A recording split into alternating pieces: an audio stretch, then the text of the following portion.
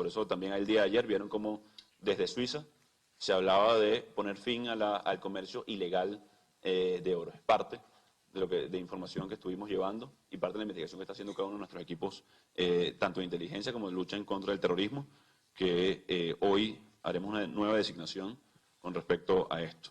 Medidas orientadas a cortar o disminuir el apoyo económico, político y militar internacional de los pocos países que hoy respaldan a Maduro.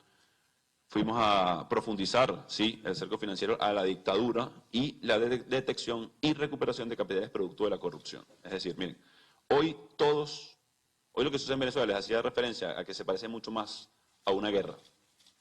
Hoy, todas estas, digamos, empresas que están facilitando el financiamiento del paraestado, con el caso del oro, con el caso del financiamiento a los grupos irregulares, son mucho más parecidos a buitres de la guerra que a empresas que están facilitando bienes y servicios para Venezuela. O están financiando una estructura criminal que ampara el terrorismo, que está otorgando flujo de caja a personas que violan derechos humanos, que empujaron la migración más grande que hemos visto en el continente y la emergencia humanitaria compleja más severa de un país no en guerra en la historia de la humanidad. Están financiando y facilitando y se parecen mucho más a buitres de guerra y vamos a actuar para no permitir que sigan financiando a una dictadura criminal que lo que está es torturando y en algunos casos banalizando el accionar por la lucha de la democracia. Como decía Hannah Arendt, banalizando el mal. En este caso la dictadura pretende ridiculizarlo. ¿O no vieron ustedes cómo se burlaron y justificaron las agresiones a los periodistas el miércoles? Si eso no es banalizar el mal o ridiculizar lo que es. Y no vamos a permitir que se normalice esa crisis, ni vamos a permitir que tomen como normal la agresión y la violación a derechos humanos de los venezolanos. Adicionalmente, y como ustedes vieron inmediatamente cuando estuvimos en Francia, el desconocimiento de cualquier tipo de fraude, lo hemos dicho. Para ninguna farsa nos vamos a prestar. Aquí no hay un falso dilema para los venezolanos. El 20 de mayo lo demostramos claramente. Para ninguna farsa nos vamos a prestar. Esto no es hecho por condiciones, por recuperar el derecho precisamente al voto, para una elección libre, presidencial y parlamentaria. De nuevo, lo repito y con énfasis, no nos vamos a prestar para una farsa. Condiciones implican, por supuesto, y ustedes lo saben, lo hemos hablado muchas veces, un nuevo árbitro, el derecho a elegir y ser elegido, la observación internacional, y ya lo dije inmediatamente, por cierto, uno de los logros de la gira, Europa en un comunicado inmediatamente. Miren, no nos vamos a prestar ni para observaciones para farsas, ni para falsas elecciones. Es un producto concreto que trajimos. No le van a validar nada. Así que el dictador, me disculpen la expresión muy coloquial, me mencionaba, pidiendo cacao ayer, como si fuera una sorpresa tener que elegir el CNE por el Parlamento. Es la única institución válida. Y es evidente, por cierto, que ni siquiera los pocos aliados que les quedan, los rusos les reconocen la farsita del 5 de enero. ¿O es que ustedes vieron al canciller que invitaron a reunirse con la farsa esa que montaron el 5 de enero? ¿Lo vieron? No. Porque no lo reconocen, les salió mal la farsa. Dejaron en ridículo no solamente a los que trataron de comprar, sino a sus aliados. Quedaron en ridículo. Así que nuestra lucha es por condiciones, le queda muy claro a Europa y al mundo el respaldo y el apoyo al proceso democrático venezolano. Agradecemos profundamente los pronunciamientos de Boris Johnson, Emmanuel Macron, el presidente Mitsotakis, Rutte, Sebastián Kurz y toda la Unión Europea en respaldo a conseguir condiciones óptimas, competitivas, verificables, para una solución a la tragedia. Nadie se va a prestar para una farsa. Como les decía, medidas para respaldar refugiados venezolanos y la situación de la diáspora. Es una crisis importante, en conjunto con el presidente Iván Duque en Davos también se conversó mucho de este tema para buscar ayuda, apoyo y financiamiento al soporte de lo que ha sido la crisis de refugiados. Hay un tema importante con esto, en Latinoamérica nos parecemos mucho, culturalmente, el idioma, lo cual no se refleja tan abiertamente como pasa, por ejemplo, en Europa, con la crisis migratoria. Entonces, la absorción culturalmente es mucho más sencilla y no se refleja, pero socialmente hay una tensión. Y trabajamos arduamente para atender a nuestros refugiados. Todos tenemos un familiar fuera, sepan que estamos trabajando por atenderlos, porque son, de nuevo, plenos derechos, estén donde estén.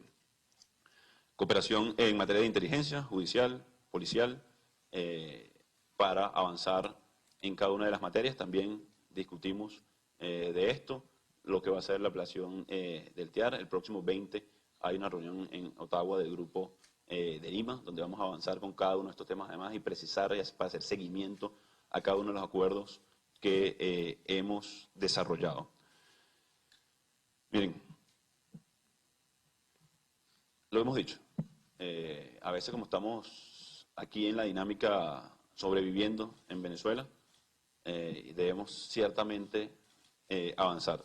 Pero hoy los venezolanos vivimos una dictadura criminal, feroz.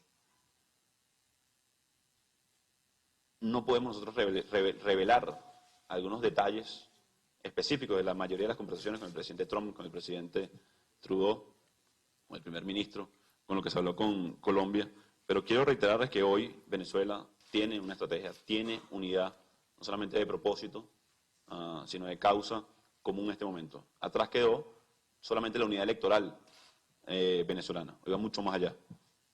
Y no solamente hoy es venezolana, es latinoamericana, es americana, es mundial en este momento y queda muy claro la necesidad de enfrentar.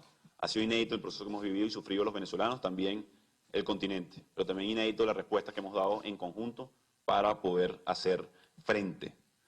Tenemos el compromiso de los países de desconocer cualquier fraude, la unificación del mundo libre en torno a un objetivo, elecciones presidenciales y parlamentarias libres.